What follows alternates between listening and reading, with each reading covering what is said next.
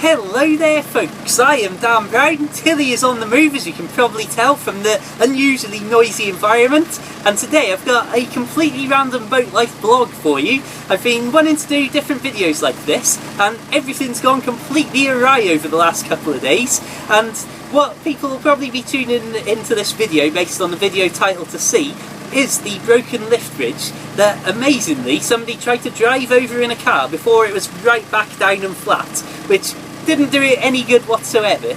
But because that's the thing that people are most likely to want to be looking at immediately in this video, we're going to skip the normal introductions and have a look at my initial reaction on turning up and finding the bridge in the state that it was in. Right, let's go. What on earth has gone on here? As far as I can tell, this is a broken lift bridge. I don't know who is about, or, well, I haven't got any signal whatsoever. I'm just really struggling for it at the moment, so I'm going to have to go and have a wander and take a couple of pictures. But, as you can see, firstly we've got this chain that is as loose as anything. The whole top part is completely and utterly not lined up with, well, as you can see, the top part is facing this way, whereas it should be facing this way. And you know the weirdest thing that pretty much sums it up is that there, I assume, is meant to be attached. That is meant to be attached to that. As if we go around the side here, you can see, if it's still zoomed in here, sorry for the shaky camera, we've got the little triangle bit there, which I'm assuming is meant to be triangle matching up to that side part, and on the pivot right there. I just don't know, I've never seen anything like this. I don't know who the appropriate people to contact is, and I don't know what on earth this means for my actual plans. I mean, luckily there's a turning point here. Well, I cannot believe it, but I've confirmed it. There was a boat here like I thought there was. I used reversed up because he couldn't get through, and I've already spoken to some dog walkers who had just been speaking to the chap who was trying to get through, and they're on their way home now to phone the Canal and River Trust. But this is literally a broken bridge. And you know what the worst part, the part that I'm most gutted about, is that I was planning on doing a proper day in the life video tomorrow, but now everything has gone completely and utterly to pot. And this fluid here is hydraulic fluid apparently, which again is the simple thing like that where I would have gone, it's just water that splashed somehow, but of course that has all come straight out of there by the looks of it. And like I say, now we can zoom in and know for certain that all of that is completely and utterly out of whack. So anyway, later on that evening I carried on tootling around and walked up one of the just upper lanes just to get a little bit uphill slightly so I could hopefully get some phone signal, as that is definitely something that out in some of these rural areas you have to walk and climb and wander around an awful lot to actually discover and find. One of my favourite things though is having moments like this where I was trying to get through to phone me mum and say where I was going to be and all the rest of it. It's just boring mum stuff really. But as I couldn't get a decent phone connection, I had to put my phone on the floor and then talk on speakerphone, and that's the sort of thing that happens quite a lot, which is just absolutely ridiculous really when you think about it. Anyway, let's take a little look at a clip of that. There you've got the phone on the floor as promised, and here we have got the absolutely incredible view. Again, what an absolutely perfect, well, there's just so much good stuff to say about this little clip here, but don't worry, it's not going to go on for long because we've got plenty more scenery and proper boating to come. Right, back to me on board. I can only apologise about the weird lighting in this video as we're moving at the moment. The light coming through the windows, as you can see now, with shade and then light, shade and then light. But anyway, as I discussed with the chap who originally was there when the lift bridge, or one of the first people there to discover the lift bridge was broken, and we were talking about saying, we're stuck on the wrong side of the bridge that each other want to be on and so on.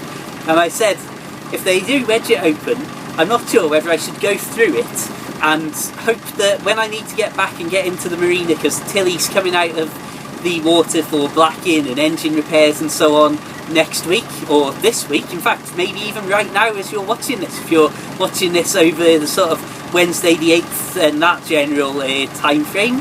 But as I was saying, because I don't want to end up going through the bridge and going to Whitchurch like my intention was gonna, every now and then I just like to have a quick look out of the window. That's why you might see some random editing in this, because I want to make sure that everything's all going well on the stern out there.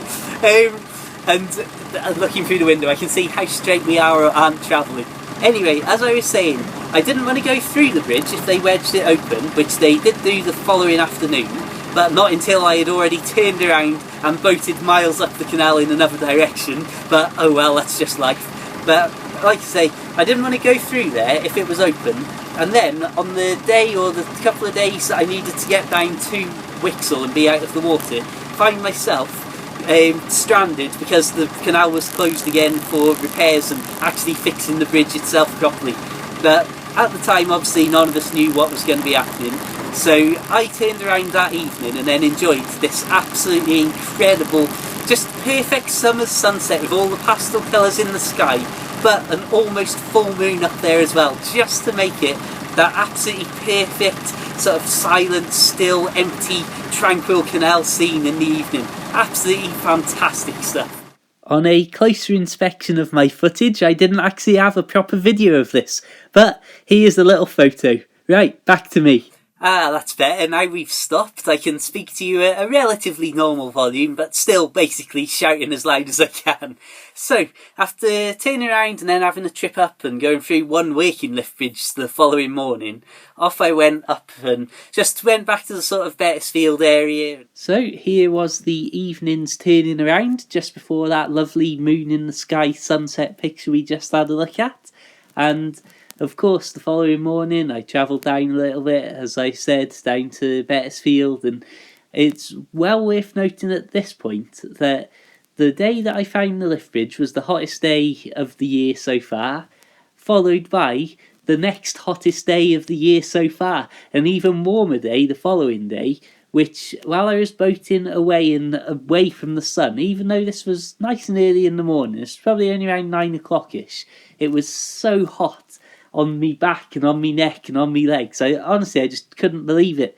So after tootling down and mooring up, after a little bit of time on board, I was then meant to be going up to meet my friend further up the canal, and then this happened on my bike. Well, my friends, at a time of total chaos in general on the canal, lift bridge broken, the Montgomery's leaking and closed, I've just been biking up here, and after about 10 minutes on my bike to go and meet my friend, I cannot believe it, but never before has it happened, my front tyre actually popped and burst with a proper pop sound, which absolutely scared the life out of me, as you can imagine. But again, that's another first after last night's broken lift bridge discovery. And I'm not really sure what my plan is now. I suppose carry on walking and hope that I don't arrive too late. Right, onwards and upwards. Anyway, after that, I had to find my way down the roads to Welshampton, which, coming from the canal, because I haven't gone up and down the little country lanes there for a while, I was a little bit confused at exactly where I was going, but I did end up eventually winding my way into the little village of Welshampton with the immaculate little church that it's got there. Again, stereotypical, and even with these patterns in the slate on the roof, giving it almost a bit of a Disney look about it. And at that point, somebody randomly drove past and knew me from the internet, so hello. But I had to wait there for Sarah to come and rescue me, at which point we then just generally drove off, and I licked me wounds and generally thought, oh my goodness me, how many more inner tubes can I go through in this short period of time? But we went down to Maysbury and had a wander up and down, saw some swans and so on. Don't you worry, I've of course got some footage of the swans and the little babies there. Again, how perfect and stereotypical is this for the canal? You've even got a few lily pads because it's so quiet down here at Maysbury. Absolutely lovely stuff. I'll just say at this point, as we're cutting to and from different clips and then back to me here, I hope that you like this setup of the videos. If you're watching this as one of your first Dan and Tilly videos, then this isn't really the normal way that I film these things and record them, but I just wanted to try a bit more of a talk show element, and as you can probably tell out here today, it's extremely warm, and I'm probably getting redder and redder as I'm saying this, because it's just very, very warm, like I say. Anyway, to round things off, I think we'll take a look at a couple of clips from the day that I was doing this 2-camera filming, as me and Sarah were just taking a trip up and down the canal. It was a beautiful day, or it wasn't a sunny day, but it was a hot day, and we were on a boat, so why not? And I'll say as well that all through this week, the main theme of the productive side of things has been me trying to put the finishing touches on my next narrowboat book, which is a reworking of an old book that hasn't been available for quite a while, but more details on that extremely soon, so I hope that people will enjoy that when that's out. And, well, as you can see, we're about to cut across the fields and have a wander, all traditional Dan Brown sort of interesting stuff. And I'll say thanks for watching. Check out my other videos for tons and tons of boating. Feel free to subscribe, like the Facebook page, or add me on Facebook and Twitter for loads of boaty pictures and updates. And of course, please do consider helping me out and taking a look at my Kindle books about boat life. Find links to everything just mentioned in the description, or search Amazon for The Narrowboat Lad. And of course, until the next time, keep it blog-worthy, keep it boat-worthy, and keep it boat-worthy. Have a fantastic week, and farewell.